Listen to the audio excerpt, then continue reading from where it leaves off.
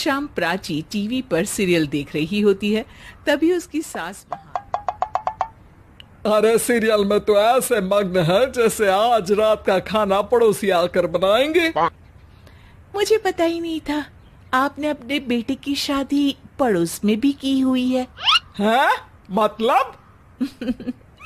मतलब इस घर में सारा काम बहू ही करती है, आप तो सिर्फ खर्राटे मारती हैं। अच्छा जी, फिलहाल तो तुम आराम फरमा रही हो। चलो जाओ, ये मेरे टीवी देखने का समय है। आहा, इसीलिए मुझे भगाया जा रहा है। सॉरी, अब तो बिल्कुल नहीं जाऊंगी।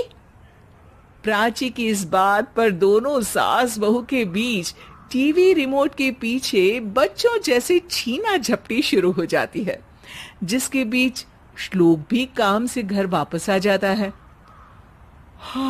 आज मेरी चूहे बिल्ली की जोड़ी किस बात पर झगड़ रही है? अरे तेरे बीवी मुझे टीवी ही नहीं देखने दे रही। अरे तुम्हारी मम्मी मुझे खाना बनाने के लिए फोर्स कर रही है। अरे वाह, ऐसे बेतुके रीजन पर तो बच्चे भी झगड़ा नहीं करते। अरे मुझे कुछ मत बोल, सब इसने ही शुरू किया है। हाँ हाँ, जैसे आप तो बहुत दूध की धूली है ना। अरे बस, दोनों चुप। प्राची जाओ, खाने की तैयारी करो। और माँ तुम छोड़ो, तुम्हें क्या बोलूं, शांति से अपना सीरियल देखो। मुझे दोबारा लड़ने की आवाज सुनाई नहीं देनी चाहिए। ऐसा बोलकर श्लोक वहां से चला जाता है, जिसके पीछे पीछे प्राची भी कुछ न कुछ बड़बड़ाते हुए रसोई में चली जाती है। हाँ हाँ, सासू जी को तो कुछ बोलेंगे ही नहीं, बस मुझ पर ही हुक्म चलता है, खाना बनाओ, जैसे मैं इनके घर में खाना बनाने के लिए आई हूँ। इसी तरह रात को श्लोक और प्राची की सास खाना खाकर सोने चले जाते हैं, लेकिन प्राची गुस्से में कुछ खाए बिना काम में ही लगी रहती है। इस घर में किसी को घंटा फिक्र नहीं पड़ता, मैं खाऊं या भूखी रहूं। प्राची कुछ देर के लिए और जैसे ही वापस आती है तो वहां दूध का भरा ग्लास देखकर हैरान रह जाती है। फिक्र पूरी है, बस दिखाना नहीं है। प्राची दूध पीकर सोने चली जाती है और अगली सास बहू का कार्टून नेटवर्क स्टार्ट हो जाता है। ये तुमने ही किया है। अरे अजीब जबरदस्ती है, मैं बोल रही हूँ मैंने कुछ नहीं किया। दोनों ने मिलकर पूरे घर को पागल खाना बनाया हुआ है। यहाँ कोई नॉर्मल इंसान तो रह ही नहीं सकता, इसीलिए अब पड़ोसी क्या रिश्तेदार भी घर आने से कतराते हैं। और सुन बेटे, तू भी चंगा, तेरी माँ भी चंगी, तेरी बीवी भी चंगी, रिश्तेदार। हाँ जी, आपको नहीं पता क्या, गंगाधर ही शक्तिमान है, रिश्तेदार ही। हाँ हाँ, बस समझ गया। कभी जानवरों जैसे लड़ेंगी तो कभी जुगलबंदी करेंगी। भाई मैं आप दोनों के बीच में नहीं फंसना चाहता। सास बहू की इस मनमौजी जोड़ी से परेशान होकर श्लोक अपना सिर खुजलाता वहां से चला जाता है। चलो अब मैं भी कीर्तन में जा रही हूँ। इस पर जैसे ही सास कमरे में अपना तो वहां नाश्ते की प्लेट रखी देख मुस्कुराने लगती है और नाश्ता करके घर से बाहर निकलते हुए कुछ पैसे टेबल पर रख जाती है, जिसके कुछ देर बाद सिलेंडर वाला। ओ मोरी मैया, मैं सिलेंडर के बारे में तो बिल्कुल भूल ही गई थी। घर खर्च के सारे पैसे भी मम्मी के पास है और श्लोक से बोला तो उल्टा 4 बात सुनाएंगे।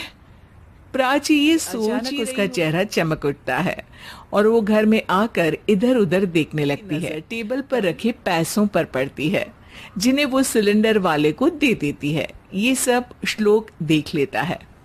अच्छा बेटे, इतना बड़ा घोटाला, सबके सामने मैं तेरी दुश्मन और पीठ पीछे तेरी मेरी यारी। इस पर श्लोक एक प्लान बनाता है। सब एक साथ बैठे होने पर बोलने लगता है।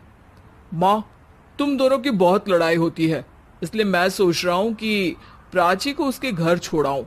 इससे वो भी खुश रहेगी और तुम भी।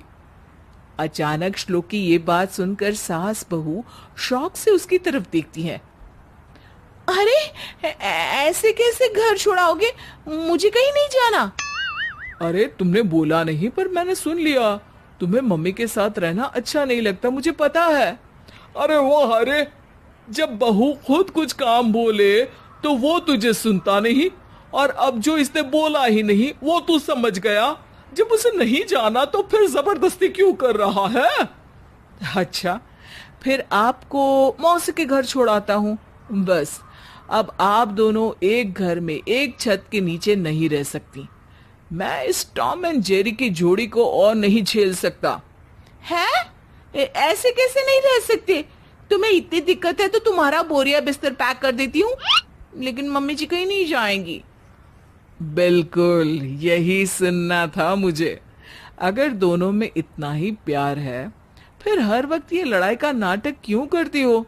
देखा मैंने कैसे माँ किचन में दूध रखती है और तुम उनके लिए कमरे में नाश्ता रखती हो, और कैसे वो पहले ही तुम्हारी दिक्कत समझकर घर में पैसे रखकर बाहर जाती है। अरे भाई, इतना ड्रामा तो डेली सोप में भी नहीं होता जितना तुम दोनों ने इस घर में फैलाया हुआ है। तू हमें टॉम एंड जेरी बोलता है ना, तो याद कर वो दोनों भी एक दूसरे को बाहर वालों की बुरी नजर से बचाने के लिए हमेशा सबके सामने लड़ते थे, लेकिन अकेले में दिक्कत के समय मदद भी तो करते थे। बस हमारा रिश्ता भी कुछ ऐसा ही है। और वैसे भी अगर सास बहू में तू मैं नहीं होती तो दुनिया वालों को कहानियां कैसे मिलेंगी?